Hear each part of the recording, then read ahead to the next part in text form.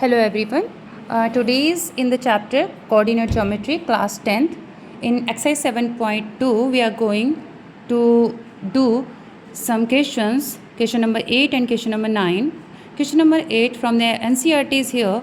If A and B are minus 2 comma minus 2 and B is 2 comma minus 4 respectively, means A coordinates of A is minus 2 comma minus 2. So here I have mentioned A minus 2 comma minus 2 and B like 2 comma minus 4.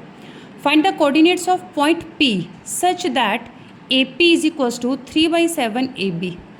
Students आपने ध्यान दिया होगा इसमें आपके पास जो ratio अभी तक दिए होते थे वो 2:3, 1:2 ऐसे दिए होते थे, but here in this case आपको जो दिया गया है वो इस तरह से दिया गया है. अब आपको P जो है वो लाइन सेगमेंट पे ये बोला गया है कि P जो है वो लाइन सेगमेंट AB के अंदर ही है, उसी में लाई करता है. तो सबसे पहले A और B के कोऑर्डिनेट्स आपने लिख दिए, P आपने दिखा दिया. आपको पता रेशियो का अभी आपको अंदाज़ा नहीं है. अब आपको इसको कैसे सॉल्व करना है, तो आप ये देखेंगे ये जो आपको गिवन है वो आपने यहाँ पे लिख दिया है. 7 को आप इधर ट्रांसफ़र करोगे तो ये हो गया 7 AP is equals to 3AB. अब हमारे पास AP और PB होना चाहिए था रेशियो के हिसाब से, राइट. लेकिन यहाँ पे AP तो है बट PB नहीं है. तो हम क्या करेंगे, हमें AB से कोई मतलब नहीं होता है अभी इसमें, तो AB को कन्वर्ट कर देंगे हम AB is equals to AP plus PB में. तो ये हो गया AB की जगह पर AP प्लस PB. 3 अंदर मल्टीप्लाई हो जाएगा 3AP प्लस 3PB. फिर इधर 7AP था, इधर 3AP था, तो 3AP को इधर ट्रांसफ़र करेंगे तो 7AP माइनस 3AP ये हो जाएगा 4AP और PB इधर से चल रहा है हमारे पास 3PB. अब देखिए AP और PB आ गया हमारे पास रिलेशन. हमें यही चाहिए था, रिलेशन चाहिए था AP और PB के बीच में रेशियो का. तो अब हम AP अपनी जगह पर है, PB इसके अपॉन में आ गया, तो AP अपॉन PB हो गया और कॉन्स्टेंट्स यानी कि 3/4, 3 अपनी जगह में, 4 इसके डिनोमिनेटर में आ गया है. तो AP upon PB is equal to 3:4. इस तरीके से हमारा ये रेशियो आ गया. तो जैसे हमारे पास ये रेशियो आ गया है ना बच्चों 3:4, हम इसे यहाँ पर लिख लेंगे 3:4. ये सबसे इंपॉर्टेंट चीज़ आपके पास ये वाली कैलकुलेशन है. आप लोग गलती कहाँ पर करते हैं, आप लोग डायरेक्ट 3:7 लिख लेते हैं, लेकिन आप ये नहीं देख रहे होते हैं कि ये जो 3:7 है वो AP और AB के बीच में है, AP और AB के बीच में, जबकि आपको AP और PB के बीच में चाहिए होता है. दैट्स वाई हमने AB को यहाँ से हटाया और AB को हटा के क्या लिखा हमने AP प्लस PB. तो ये कैलकुलेशन आपको समझ आ गई होगी आई एम श्योर. तो AP रेशियो PB हमें 3:4 मिल गया है, तो उसको हमने यहाँ पे 3:4 लिख दिया है.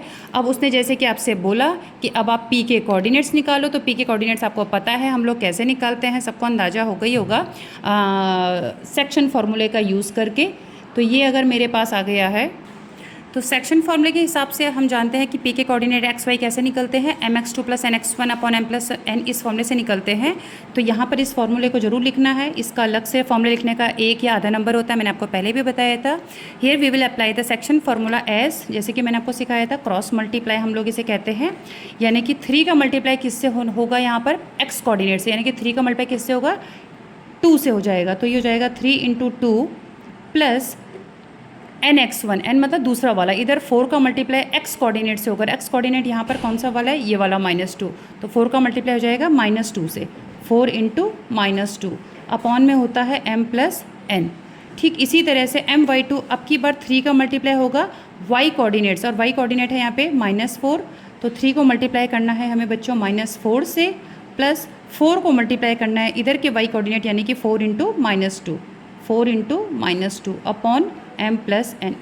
अब हम ध्यान से देखेंगे 3 × 2 = 6, आप सबको दिखाई दे रहा होगा. 3 × 2 = 6 प्लस माइनस का माइनस, 4 × 2 = 8. हम पहले साइन मल्टीप्लाई करते हैं, तो ये प्लस और ये माइनस का साइन था, इनको मल्टीप्लाई करके माइनस आया, अपॉन में 7, 3 + 4. ठीक इसी तरीके से 3 का साइन प्लस में है, 4 का माइनस, प्लस माइनस का माइनस, तो ये हो गया -12. सेम प्लस माइनस का माइनस, 4 × 2 = 8. तो ये हमारे पास जो कोऑर्डिनेट्स आ चुके हैं. 6 - 8 का मतलब हो गया -2/7 और -12 - 8 इसका मतलब हो गया -20/7. तो ध्यान से देखेंगे बच्चों, ये आ गए हमारे पास P के कोऑर्डिनेट यानी कि x, y. तो this is our final answer. Now we are going to solve next question, question number 9 of exercise 7.2. Same, find coordinates of the points which divide the line segment joining A and B into 4 equal parts. अभी तक हमारे पास ratio given होते थे, right?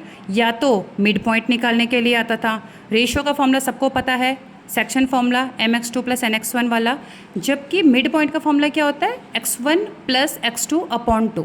लेकिन अभी हमारे पास ना तो रेशियो है ना ही मिड पॉइंट है। उसने क्या कह दिया है आपको, 4 इक्वल पार्ट्स। बच्चों ये पेपर में आपके पास 3 इक्वल पार्ट्स भी आ सकता है, 5 इक्वल पार्ट्स भी आ सकता है। आप इसे करेंगे कैसे?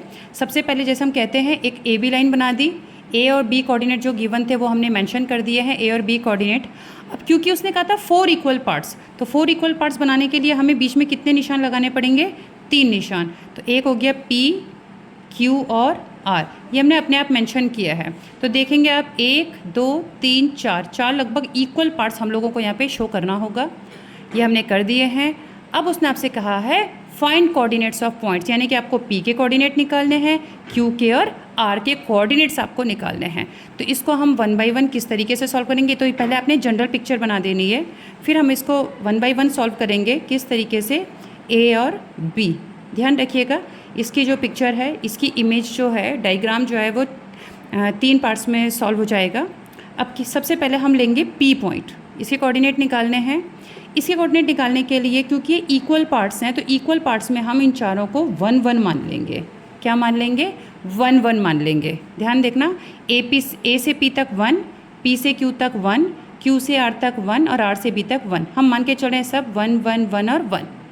तो जब हम सिर्फ P की बात करेंगे तो आप देखेंगे P के इस तरफ, A से P के बीच में कितना बोला था? 1। और इधर P से B के बीच में हमें चाहिए, तो बताओ P से B के बीच में 1 2 3 टोटल मिला के कितने हो गए? 3। तो ये हमारे पास बन चुका है 1:3। अब आप 1:3 मिल गया। अब आप आराम से सेक्शन फार्मूले का यूज़ कर सकते हैं। सेक्शन फार्मूला आपको पता है क्या कहता है, क्रॉस में मल्टीप्लाई करते हैं, 1 को 2 से मल्टीप्लाई करेंगे, प्लस इधर 3 को -2 से करेंगे और अपॉन में लिखेंगे m प्लस n। ठीक इसी तरह से हम y कोऑर्डिनेट भी निकाल देते हैं। ये देखिए हमने कोऑर्डिनेट्स निकाल दिए हैं। अब किसकी टर्न है बच्चों? Q पार्ट के कोऑर्डिनेट्स हमें निकालने, इसकी टर्न है। तो Q को निकालने के लिए Q के एक तरफ कितना हो गया? 1 और 1 2, और Q के दूसरी तरफ कितना हो गया? QB कितना हो गया? 1 और 1 2। यानी कि ये हो जाएगा आपके पास, एक तरफ 2 आ जाएगा और दूसरी तरफ भी 2 आ जाएगा। तो A के कोऑर्डिनेट जो हमें गिवन है -2,2 और B के हैं 2,8 और Q के आ जाएगा 2:2। ठीक है, अब आप इसको आसानी से Q के कोऑर्डिनेट, जैसे कि हम लोग कहते हैं सेक्शन फार्मूले की हेल्प से निकाल सकते हैं, जो आप अभी सॉल्व करके देख लेंगे। ये देखिए हमने अप्लाई कर दिया है और अब हमने इसके कोऑर्डिनेट्स Q के निकाल दिए हैं, जो कि 0/4 का मतलब 0, तो हमारे 0,5 आ गया है इसके कोऑर्डिनेट्स। अब नेक्स्ट टर्म, लास्ट टर्म आती है हमारे पास R के कोऑर्डिनेट निकालने की। अगेन हम लोग A के कोऑर्डिनेट लिख देंगे -2,2, B 2,8 जो कि हमें मालूम थे। अब R कहाँ पर है? लगभग यहाँ पर है ना? तो हम देखेंगे R कहाँ पर है, यहाँ पे। तो R के एक तरफ कितना है? 1 2 3, एक तरफ है 3 और दूसरी तरफ कितना है? 1। तो यहाँ पर आपके पास जो रेशियो बन चुका है वो बन चुका है 3:1। तो R के कोऑर्डिनेट अब हम लोग निकाल देंगे अगेन क्रॉस सेक्शन फॉर्मूले का यूज़ करके, क्रॉस मल्टीप्लाई से। ये देखिए ये निकाल दिया है हमने यहाँ पर R के कोऑर्डिनेट। तो आई होप सो आपको समझ आ गया होगा किस तरीके से हमने इसको 4 इक्वल पार्ट्स में बांटा है।